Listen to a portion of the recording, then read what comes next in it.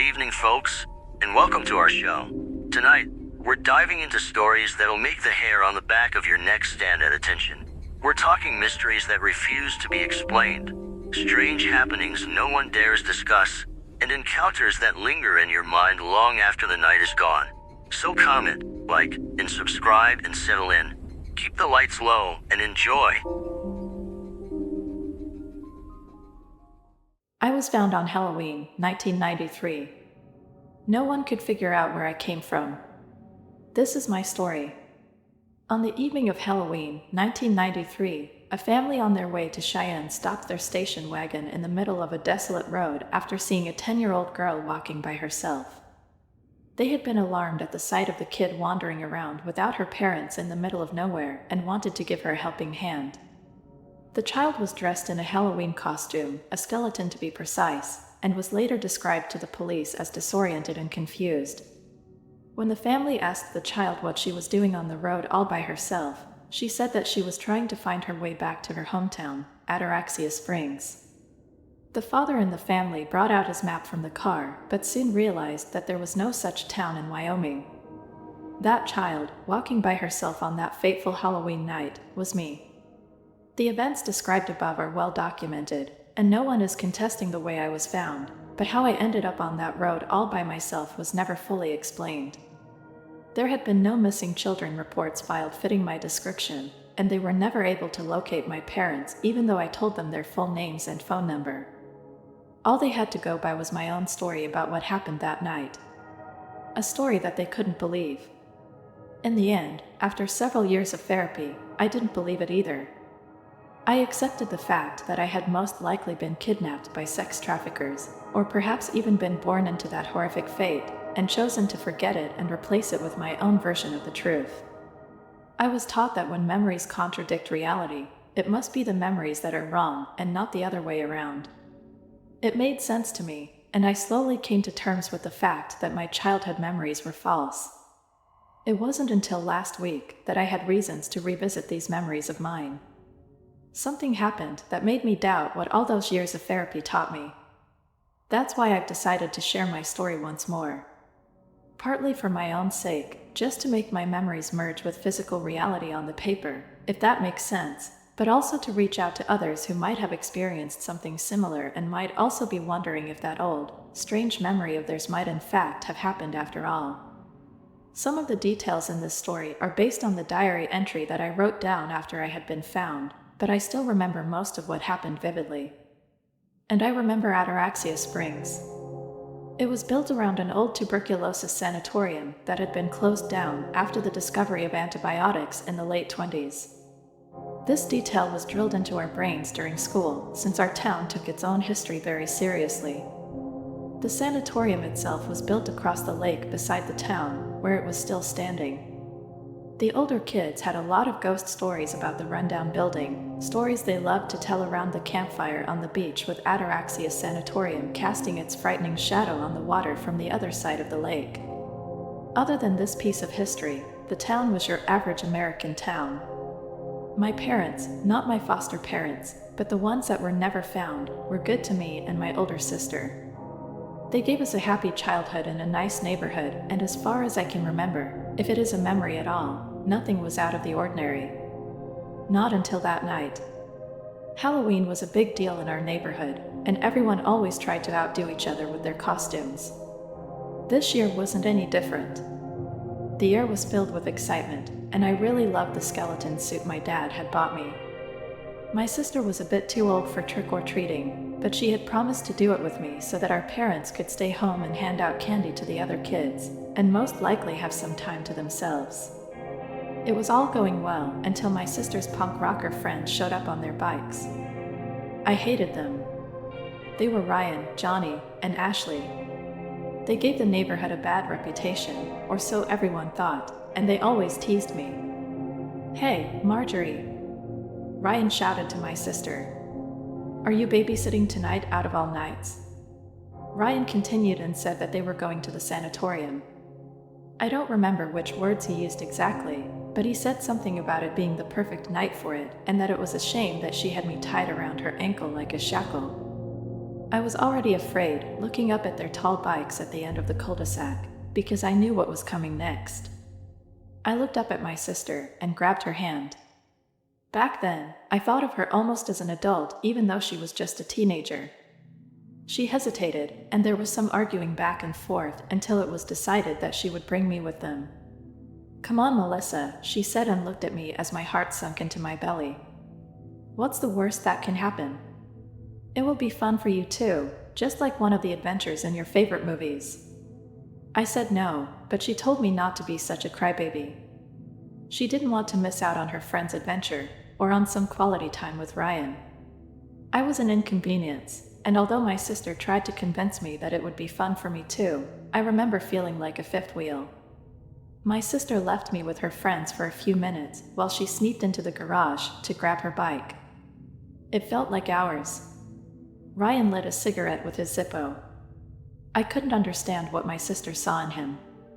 With his black mohawk, combat boots, and leather jacket with "fuck you" painted on its back, he looked more like the villain in the Disney movies I loved to watch than the prince. My sister wasn't like him at all. She was one of the popular girls at school who everybody loved and aspired to be like. And to my mind at the time, it just didn't compute how someone as sweet as my sister could have a thing for someone like Ryan. It infuriated me. I wanted to run home and tell my mom, but I knew it would just lead to an ugly fight. My sister put me on the carrier of her bike and told me to hold on to her. We took the shortcut through the woods, which meant a bumpier ride. The sun was already setting, and the closer it came to the horizon, the faster my heart beat in my chest. Their laughter echoed between the trees, like hyenas on the hunt. I was so mad at my sister, but also at myself for letting her take me along. The water on the lake was still this night, reflecting the dark clouds above. They left their bikes in the sand. Marjorie grabbed my hand and followed the others to the old boathouse at the edge of the beach. I tried not to look across the lake, where the sanatorium rose up from the treetops like an evil castle from the movies. There was an old rowboat inside the boathouse. A wind was building up outside, sending small waves inside that lapped against the side of the boat. I felt a lump in my throat. Water wasn't my element. I could swim, but if I couldn't reach the bottom with my feet, I used to panic. So, sitting in a fragile, old rowboat with a bunch of renegades didn't sit well with me. I held my sister's jacket as tight as I could in the boat. Ryan kicked the boat out of the house and grabbed the oars. There wasn't that much space, and every time the boat rocked, I closed my eyes and tensed up in anticipation. Marjorie's friends teased me when they saw how scared I was, especially Ashley. "Many kids have drowned in this lake," she said. "There's something living at the bottom that feeds on little girls like you." She laughed. "Let's hope it's sleeping tonight." "Don't be mean," my sister said. "I don't believe in any of those stories." "There have been some strange things happening in this area, though," Johnny said. "My dad told me that a couple went missing around the lake like 20 years ago." I didn't want to hear about it. He sounded serious, not like he was teasing. I looked at my sister to see if she believed him, but I couldn't tell. And then Johnny continued. "They were never found." "Maybe they just decided to ditch this boring town," Ryan said with a smirk. "Sure," Johnny said, "but their disappearance isn't the strangest thing about this. While they searched for them, they found this old, naked dude wandering around in the forest who claimed he was the guy who had disappeared. He was taken in as a suspect, since he was way too old to be that guy. They never got any answers from him, though.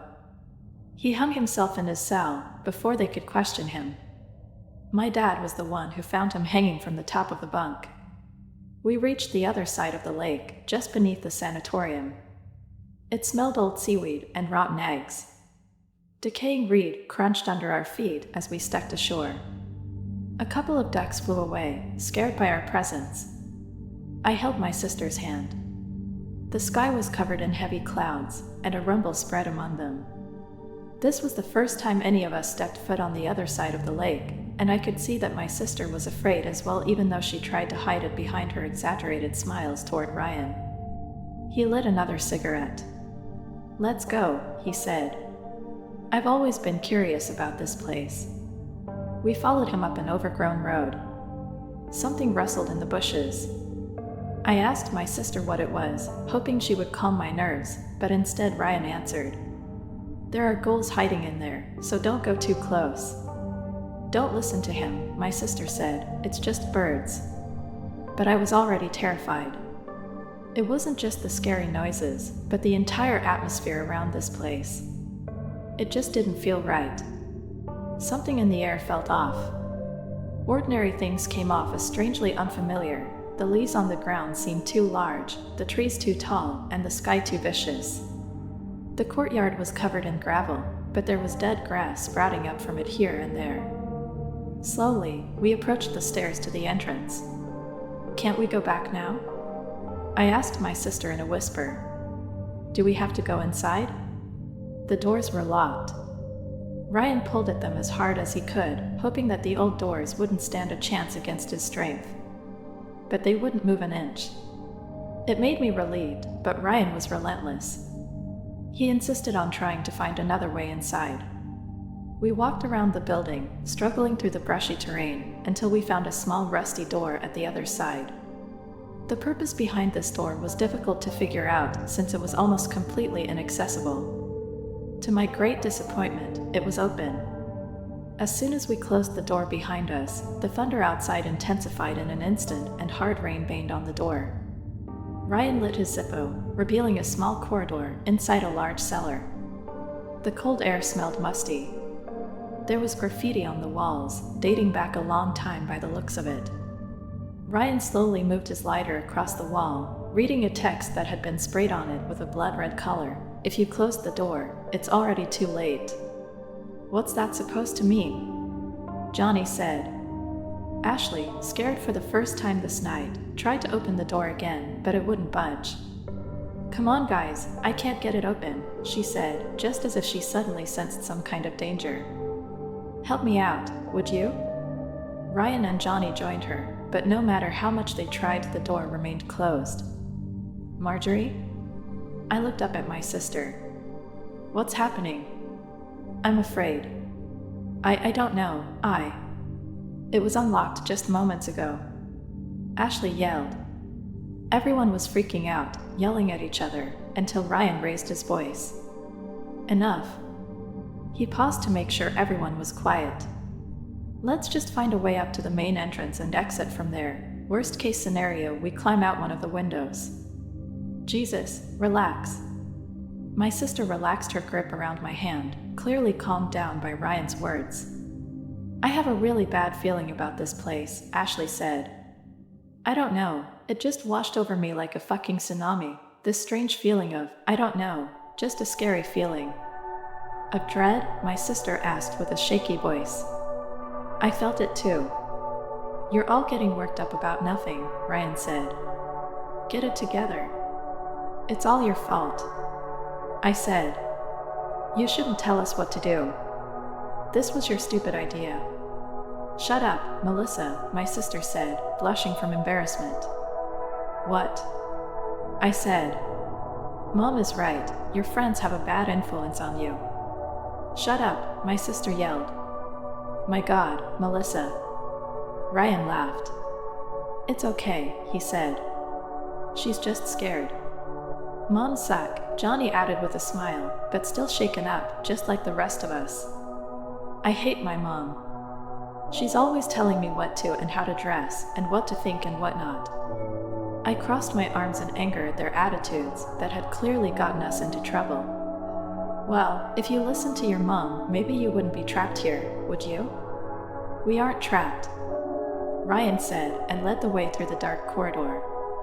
It felt like we walked around the cellar for more than an hour without finding a staircase, and when we did, it didn't lead to the main floor, but rather to the floor above it. It didn't make any sense. We came to a ward filled with old beds.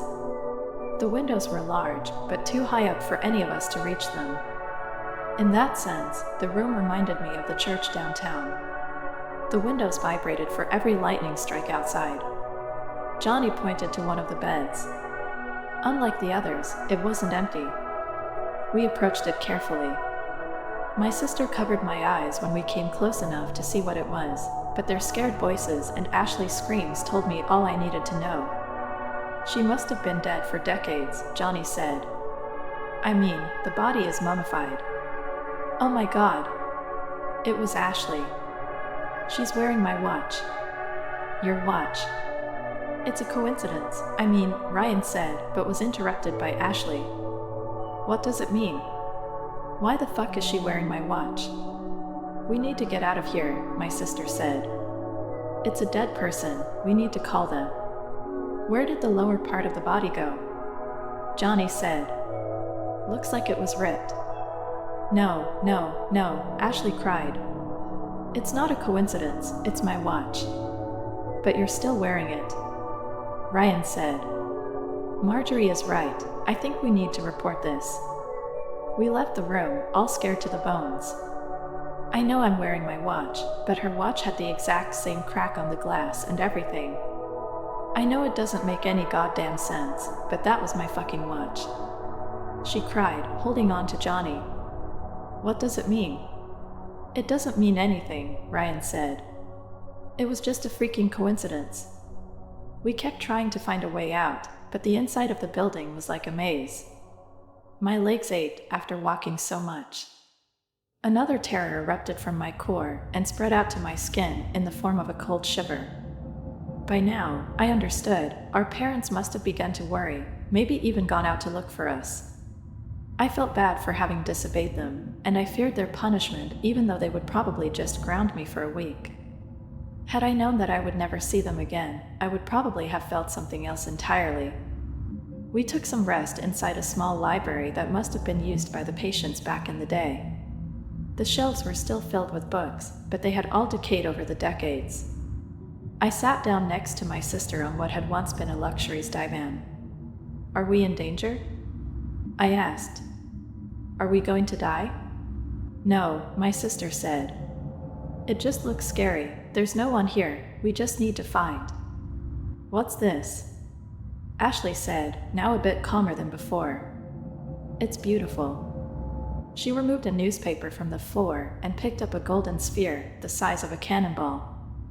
It's pretty heavy. If it's real gold, it must be worth a fortune.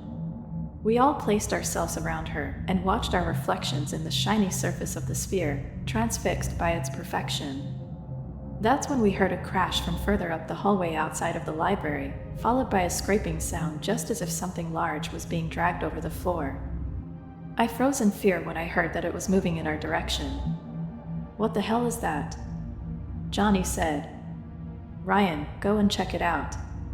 Ryan hesitated, unable to decide if to be brave or listen to his instincts.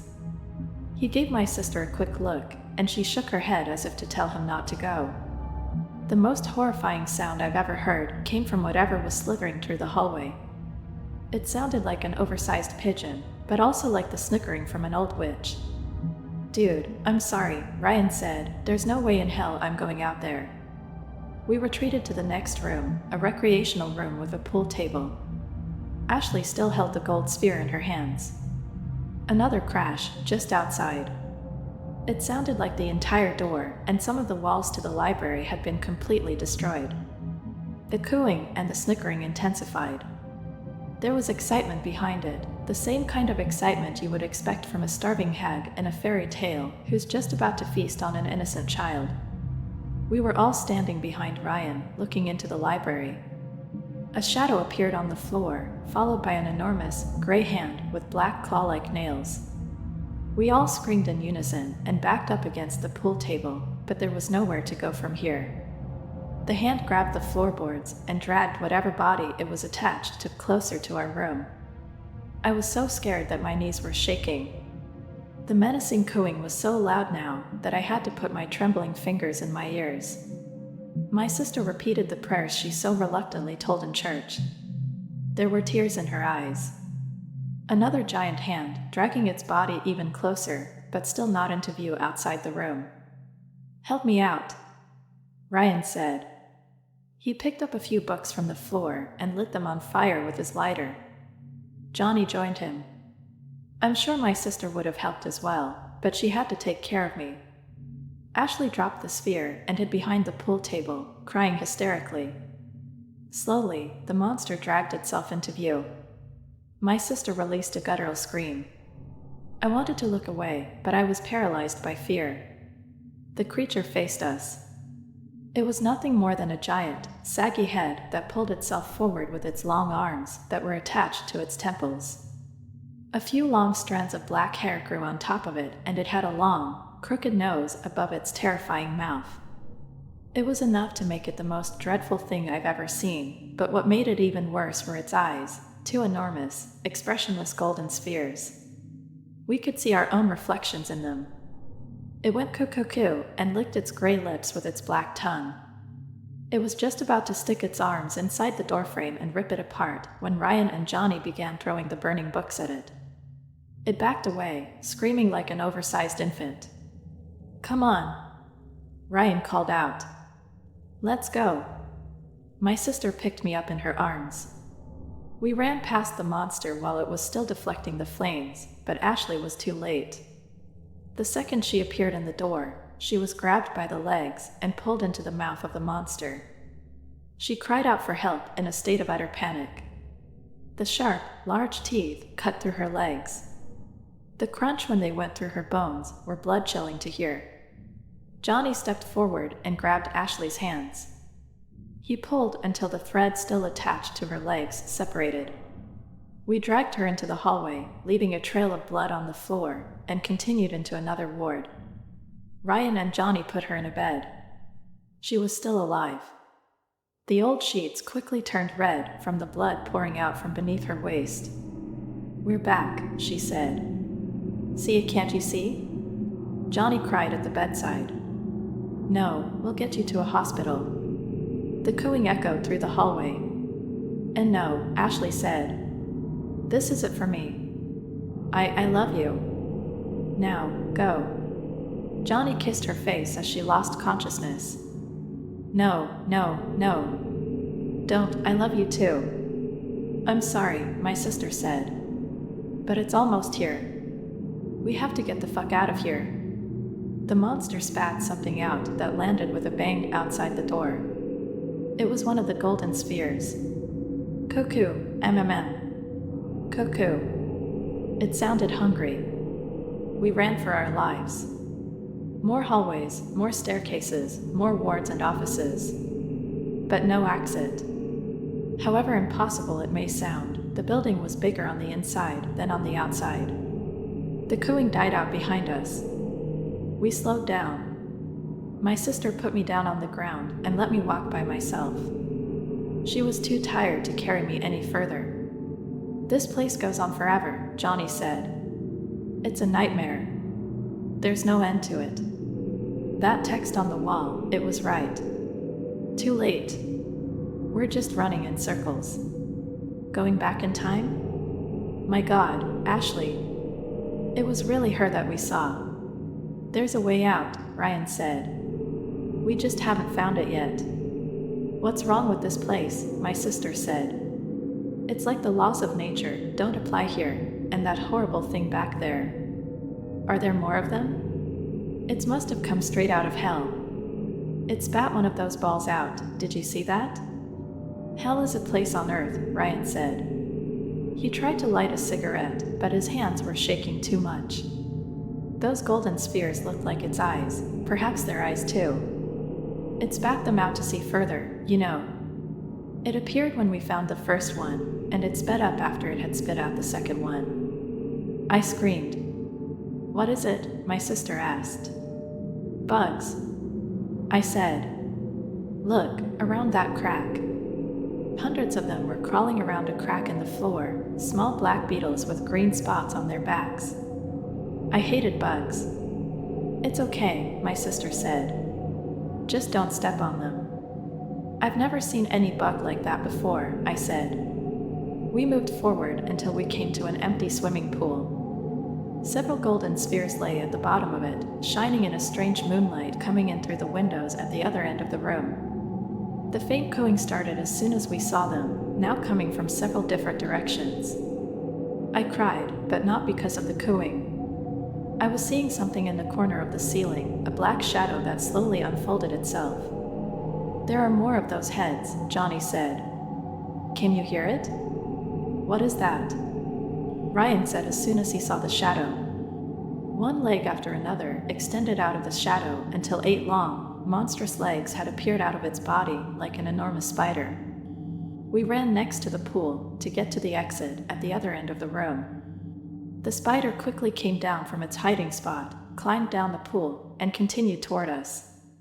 The legs weren't attached to a body of their own, but to the back of a decaying human body. I screamed for my sister to pick me up, but there wasn't any time for that. I had to run, faster than I had ever run before. Holy shit, Johnny said. Oh, God no. The spider was just about to pierce me with one of its legs when we entered the door, which fortunately was too small for the spider to enter.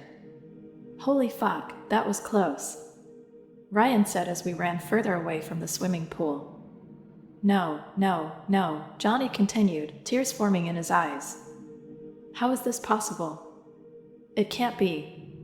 At least we got away from it in time, Ryan said. Let's hope we won't end up back. It's not bad, Johnny said. The body, he cried now. The dead body attached to those fucking legs. It was wearing my jacket. Oh, God. No. Maybe it doesn't have to happen like that, my sister said. Maybe we can avoid it. It didn't work out so well for Ashley, did it? Johnny said. And besides, how do you avoid something like that? We don't know how it could happen in the first place. Calm down, Ryan said. Let's stay focused on the here and now, okay? I'm feeling a breeze. Are you feeling it too? He was right. We all felt it. Thinking it was an exit, we ran in the direction of its source. But it wasn't a way out, at least not the one we had been looking for. We came to a large balcony with open doors, looking out over an unimaginable view. I told you, my sister said as we stepped onto the balcony. We're in hell. In front of us, a landscape made out of living flesh and bones spread out all the way to the horizon beneath the scarlet sky. The ground itself was moving as if it was breathing, and the leafless trees moved their branches like tentacles. Enormous creatures walked across the surface, fighting each other, and the flesh of the screaming birds above us was exposed to the weather. A strong scent of rotting meat and brimstone filled the warm winds. Slowly, a dark gas giant with violet clouds rose to the sky like a black sun, and the monsters held excitedly to the sight of it. I don't know about hell, Ryan said. But it definitely isn't Earth. Millions of bugs erupted from large pores in the ground, swarming in front of the colossal planet, climbing the sky. A few of them landed on the balcony. It was the same type of bugs we had seen earlier. And then Johnny sneezed, followed by what looked like a panic attack. Fuck, he said. It crawled into my nose. Seriously? Ryan asked. I can still feel it crawling around inside my sinus, Johnny said while trying to blow it out through his nose. Help me, please, I think it's eating its way, he sounded dizzy. Let's get back inside, Ryan said, even though we were already running back. We didn't get far until Johnny fell down on the floor, convulsing and foaming at the mouth. My sister picked me up, knowing full well what was about to happen, but Ryan sat down next to Johnny and tried to help him in whatever way he could. But there wasn't any hope for Johnny. The convulsions turned into jerks and jolts erupting from his back. Ryan stood up, pale from the sight of his best friend shaking uncontrollably in front of him. After about a minute, the seizure stopped abruptly. Johnny opened his eyes, a bit groggy. What happened? He said. Why am I on the floor? Are you okay, man? Ryan said, smiling. I thought you were going to die. My sister wasn't convinced and took a few steps back with me. Yeah, Johnny said, smiling back and trying to get back up on his feet. I feel fine, but that was a sudden jolt spread through his body.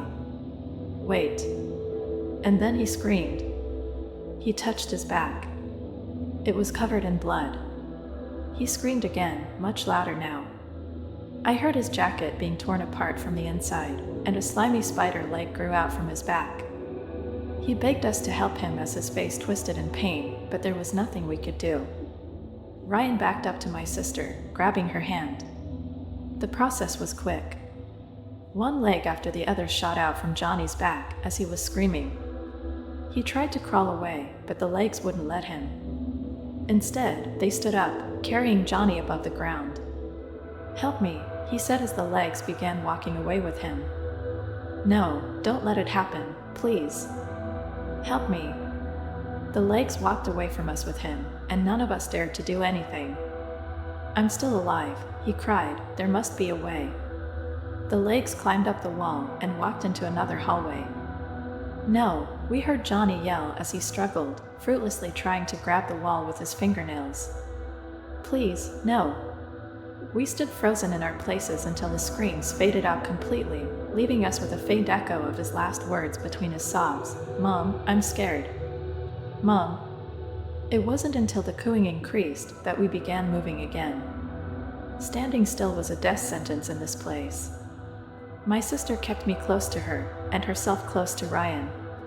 We reached a small room with an old piano standing against one of the walls. It was a dead end, but there was something going on behind the piano that my sister insisted on investigating. A flickering light, bright and warm like sunbeams. My sister sat down next to the piano and tried to see what it was. "It's a way out," she said. "I can't see where it leads, but it smells like the outside." "Oh, really?" I said, happiness spreading to my body. "Can we finally get out of?" Something heavy bounced against the floor outside the room and slowly rolled into view in the door opening. My relief was immediately replaced by dread. It was one of the golden spheres. "Help me move the piano," my sister said. "Now, Ryan." I looked at them struggling with it. The monster dragged itself closer and closer, while snickering and cooing louder and louder. I screamed when it appeared in front of me.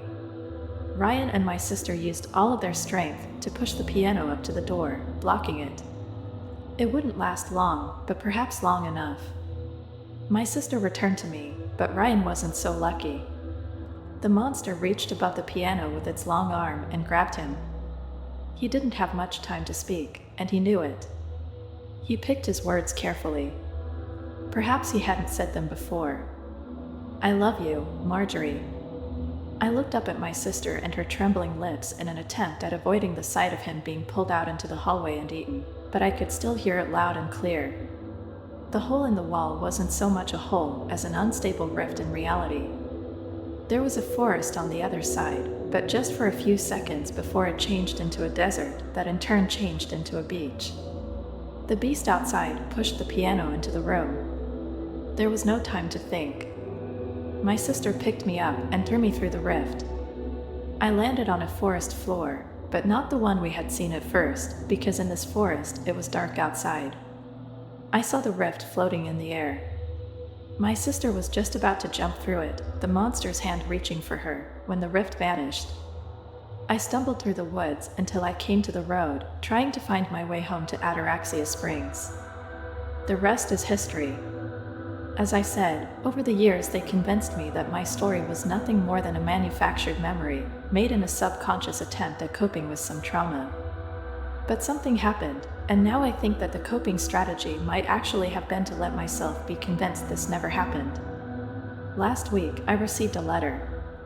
It wasn't sent by mail, but delivered by a middle-aged man who claimed that he had found it among his great-great-grandmother's things somewhere in Paris. I sat down at my kitchen table and looked at the envelope. To be delivered to my sister, Melissa Johansson, in case she's ever found after I'm gone. I opened the envelope with shaking hands. It was dated 1970. Tears ran down my face as I read it. It told the story of a teenage girl who had mysteriously appeared in Wyoming in 1889, claiming to come from a small town called Ataraxia Springs. She had gone on to live an adventurous and fulfilling life, surviving 2 world wars and seeing civilization go from horse and carriages to men landing on the moon. She had married, had a son that she named Ryan, and spent the rest of her life in Europe. She was known for searching for her sister, the man said, but she never told anyone this.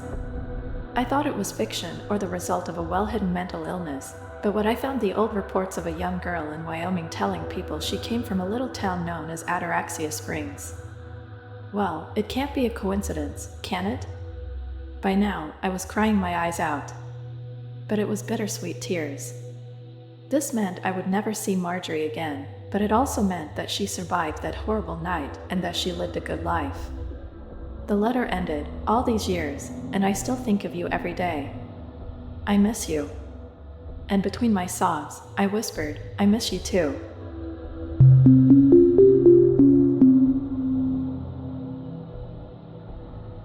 Last Halloween, I was stalked by the devil. I was working the closing shift at Footworks, the shoe store crammed into the far corner of the Chapel Hills Mall. Halloween was supposed to be a night of fun, but instead, I was stuck stocking sneakers for minimum wage. I only had a half hour left on my shift, and I could feel the seconds crawling by. The clock on my phone felt frozen at 7:30 p.m. I drummed my fingers on the counter, trying to stay awake. My manager, who was supposed to help close, had ducked out for an early smoke break and never came back. Most of the customers had already thinned out, but there were still a few stragglers wandering around the mall. My phone buzzed in my pocket. A text from my friend Ben. Ben, yo, you coming tonight or what? I sighed. I'd been dodging the question all day. Ben's Halloween party was supposed to be the big event of the night. Half of the school was going, including all of my friends, but I hadn't planned on going. After my shift was over, all I really wanted to do was just crash in my bed. I started typing, probably not, when another text popped up. Ben, don't be lame, man, it's Halloween. I stared at the screen, my finger hovering over the keyboard. It had been a while since I'd done anything fun, and even though I didn't have a costume, I could probably grab something cheap from the Halloween store on the way. I wasn't exactly Mr. Social, but maybe it wouldn't hurt to get out of the house for once. Yo! A voice called from the store entrance, breaking my introspection. I looked up and saw Ben and Derek walking into the store like they owned the place. Ben flashed a grin, his hands stuffed in his pockets. Come on, bro. You're not getting out of this one. You're coming tonight, Ben said, leaning against the counter. Derek nodded, smirking. Yeah, man. You never come to anything. You didn't show up last year either. Look, I started. I'm just tired, and I don't even have a costume, and I don't even have time to dash. You've got time, Ben interrupted. The party doesn't start until 10. Grab something cheap and just show up. It's not like you have anything better to do. I sighed. They weren't wrong. As much as I wanted to protest, I started to give in to the pressure. Ben raised an eyebrow, a smirk growing on his face, anticipating my answer. Fine, I muttered. I'll come, but I probably won't stay long. Yes, there he is, Ben grinned, patting me on the shoulder. You're gonna have a good time, bud, trust me. Derek glanced at his watch. All right, well, we're heading out. See you there. I watched them leave, their laughter fading as they disappeared out of the mall. I wasn't sure I believed Ben about having a good time, but I was locked in now. I just had to make it through the last stretch of my shift, grab a costume, and then down a few drinks to make the night more tolerable. The mall was basically empty now. Most of the other stores were now closed, and the place began to get a little darker as more and more lights were turned off.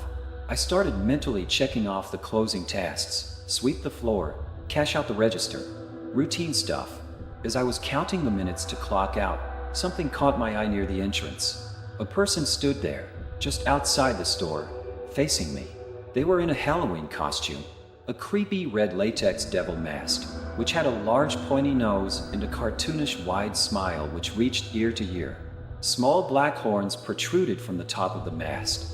It looked pretty realistic, like one of those expensive movie-quality masks. Had it not been so startling, it would have actually been pretty impressive. The mask was paired with a mismatched black and red suit that looks like it was put together from pieces found at a thrift store. At first, I assumed it was just a last-minute shopper, or someone probably killing time before heading to a party. But they stood completely still, facing me, not moving, not browsing, not shopping, just standing there. I felt my chest tighten. There was no reason to be freaked out by some weirdo in a Halloween costume, but something about them made the hairs on the back of my neck stand up. The way they were just standing still, watching me, began to eat away at my nerves. I was about to tell him, "We're closed," when he turned, slowly, deliberately, and walked away. I just stared, frozen in place. His steps were slow, measured, almost robotic as he disappeared out of sight. I exhaled, realizing I'd been holding my breath the entire time. What the hell was that about? I thought. Just some creep messing around. Probably. It was Halloween, after all. I shook it off, trying to refocus on closing the store and getting out of there.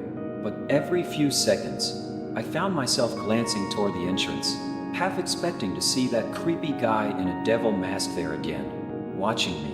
By the time I finally clocked out, I was beat and my nerves were shot. I made my way out of the now empty mall toward my car, checking behind my shoulder every few seconds. I safely made it to my car, now fully convinced that the person, whoever it was simply messing around with me. I brushed off the feeling and headed to the Halloween store to pick up a costume for the party. The Halloween store was one of those pop-up stores that showed up every year, taking over abandoned sporting goods stores and the like.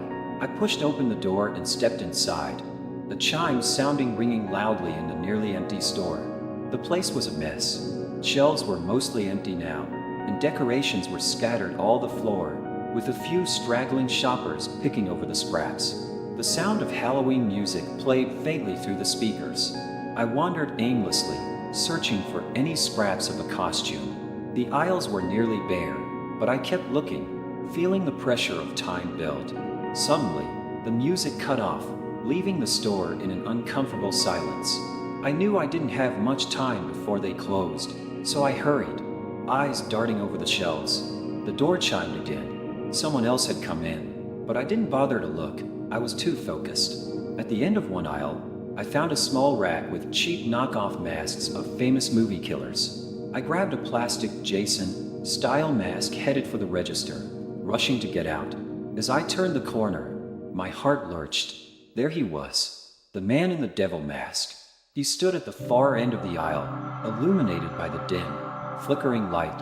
He didn't move, didn't speak, just watched me. My stomach twisted, and my throat went dry. No fucking way, I thought, feeling my pulse hammer in my ears. He stood perfectly still, just staring. For a split second, I considered throwing the mask down and bolting, but something kept me rooted. Maybe it was disbelief, maybe shock. I told myself it was a coincidence, forcing my legs to carry me to the front. The cashier barely looked up from his phone as I approached, too busy scrolling through his phone. My skin crawled as I sensed the man in the devil mask moving closer. His eyes locked on me. I could feel it, the weight of his stare boring into me. "Just this," I muttered, tossing the cheap mask onto the counter. It felt so pointless, but at least I wouldn't show up to Ben's party without something. The cashier rang it out slowly, the beeps of the register cutting through the heavy silence. I kept my head down, resisting the urge to look back, but I knew he was still watching me. "That'll be $10.53, the cashier said, snapping his gum, finally glancing up at me. I handed him the crumpled bills, my hand shaking slightly as I grabbed the change and shoved the mask into a bag. Without another word, I made a quick escape toward the exit. The bell chimed again as I pushed through the door, and the cold night air hit me like a splash of water. I exhaled sharply, tension easing from my shoulders. Instinctively, I glanced over my shoulder, half expecting to see him, the man in the devil mask, standing at the entrance, following me still. But there was nothing, just the empty store and a couple of people loitering on the sidewalk. He was gone, again. I shook my head and got in my car. I kept reminding myself, it's Halloween. Creepiness was just part of it. And besides, I had bigger things to worry about, like not making an idiot of myself at Ben's party. By the time I got to Ben's place, the party was already in full swing. Cars were parked up and down the block, and I could hear the bass from the music thumping before I even stepped out of my car. The house was decorated to the nines, fake cobwebs hanging from the trees, jack-o'-lanterns lining the walkway, and orange lights flickering in the windows. I could hear Rob Zombie's Dragula blasting from inside the house.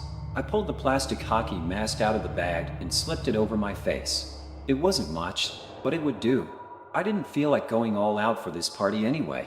I just wanted to blend in, have a few drinks, and hopefully avoid any awkward moments with people. The front door was wide open, and people were spilling out into the yard, already tipsy and laughing too loud. I stepped inside, and the smell of beer and sweat hitting me immediately. Ben's living room was packed. People in costumes, some elaborate and some as half-assed as mine, dancing, drinking, and yelling over the blaring music. "Hey, you actually came." Ben appeared out of nowhere, clapping me on the back hard enough to nearly knock me over. He was wearing a vampire costume, complete with fake blood dripping from his mouth. "Yeah, well, you didn't really give me a choice," I said jokingly, raising my voice to be heard over the music. "Here, grab a drink," Ben shouted, shoving a plastic cup of beer into my hand before I could protest. "We're playing beer pong in the kitchen, come on." I hesitated. Beer pong wasn't really my thing, but it was better than standing around awkwardly in the corner. "Sure, yeah, why not?" I followed him into the kitchen, where a crowd had gathered around a table lined with orange plastic cups. Someone had set up a fog machine, and the room was filled with swirling white mist, making it hard to see more than a few feet in front of me. I took a swig of beer and tried to relax. It was just a party, after all. We played several rounds. The beer had begun to do its job with loosening me up, and I was actually starting to have fun. For a moment, I even began to question myself on why I didn't come out more. But just as that thought occurred, out of the corner of my eye, I saw him again. The figure, that devil mask, that long pointy nose and wide smile. He was standing in the living room, just beyond the edge of the crowd, perfectly still like he had been at the store. He didn't move or try to talk to anyone. He just stood there, watching me. My throat went dry, and my stomach twisted into knots. What the hell was he doing here? How did he follow me here? I blinked, half expecting him to disappear, like a trick of the light. But when I looked again, he was still there. He raised his hand and gave me a slow, taunting wave and turned to leave. Maybe it was the drinks, or maybe it was the feeling of security from the crowd, but anger began to boil up inside me. I set my drink down and pushed through the crowd, trying to keep him in sight. I wanted to grab him and find out who he was and why the hell he was following me. But by the time I reached the living room, he was gone. Just like that. I scanned the room, my heart pounding in my chest. People were laughing, talking, and dancing like nothing was wrong. I thought about telling Ben, but what could I say? That some weirdo in a devil mask had been following me around all night? He'd just think I was being paranoid. I needed to calm down. I told myself it was just some guy playing a prank, maybe someone who had been at the mall earlier and recognized me. Or maybe it was someone I knew just messing with me. It was Halloween. People were supposed to be creepy. I grabbed another beer, took a long drink, and forced myself to relax. It was just in my head. It's nothing to worry about. I didn't stay at the party long after that. After a couple more beers and some awkward small talk, I made my excuses and slipped out. I just wasn't in the mood anymore. All I could think about was that guy. Every time I turned around, I expected to see him in his devil mask, standing there, just watching. It was a relief to get back to my car and leave the noise and chaos behind. The streets were quiet as I drove home, the occasional group of teenagers in costumes still wandering the sidewalks. My parents' house was only a few blocks away, and when I pulled into the driveway, everything seemed peaceful. The porch light was on, and the pumpkins were lit on the front porch. I parked and walked up the front steps, fumbling with my keys as I unlocked the door. The quiet was almost comforting after the noise of the party. I stepped inside, closing the door softly behind me. "Mom? Dad?" I called out, but there was no answer. They had probably gone to bed already. I flipped on the hallway light and headed for the stairs, planning to just crash in my room and forget about the whole night. But something stopped me. A sound, a drip, a slow, steady drip. Not the drip of a sink, a heavier, thicker drip. Slowly, I made my way toward the sound in the direction of the kitchen. My breath caught in my throat as my eyes scanned around the house. As I got closer to the kitchen, the sound got louder, and there was something else, a smell, an odd smell, almost like copper, thick in the air. I rounded the corner into the kitchen when I saw the outline of something. No, not something, someone. I froze, my blood turning to ice. It was my dad. He was sitting at the kitchen table, and so was my mom. Only, something was wrong. They were sitting at the table, side by side, like they had been waiting for me. But there was something horribly wrong. So wrong that it took my brain a moment to catch up with what my eyes were seeing. Their heads were gone. The jagged, red stumps of their necks were all that remained, blood streaking down their clothes, pooling onto the floor. The table, once warm and familiar, was now soaked in it. My stomach lurched, but I couldn't tear my eyes away. I stood frozen, in shock, every muscle locked in place as my brain struggled to process the nightmare in front of me. At first, I wasn't able to comprehend if what I was seeing was real or some twisted hallucination. And then, I saw him. The man, the devil, was standing in the corner, almost blending into the shadows. He was big, much bigger up close, and his posture was unnervingly calm. In each hand, he held a head, their heads by the hair, the thick strands twisted around his fingers. In his hands, I saw the source of the sound. Blood dripped from their severed heads, landing on the tile floor with a soft, rhythmic plit, plit, plit. The sound was horrible, and for a moment, all I could hear was the sound of the dripping and my own heartbeat. He didn't move.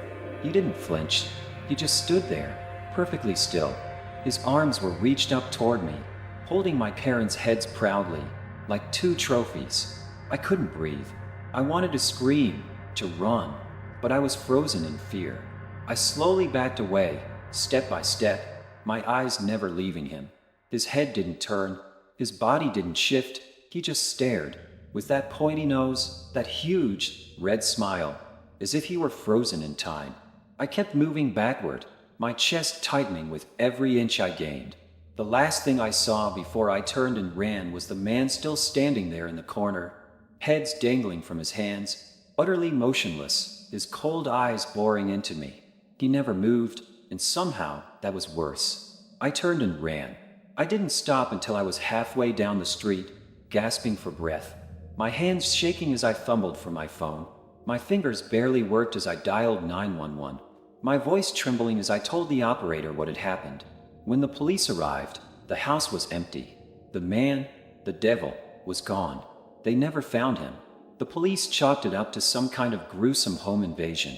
But I knew the truth. He had been following me the whole night, maybe longer, watching, waiting for the perfect moment. He had wanted me to see, to know. He chose me for some reason. That was last Halloween, when my life was forever changed. I'm terrified he is going to come back for me this Halloween. I'm terrified that at any moment, I'm going to see that mask again.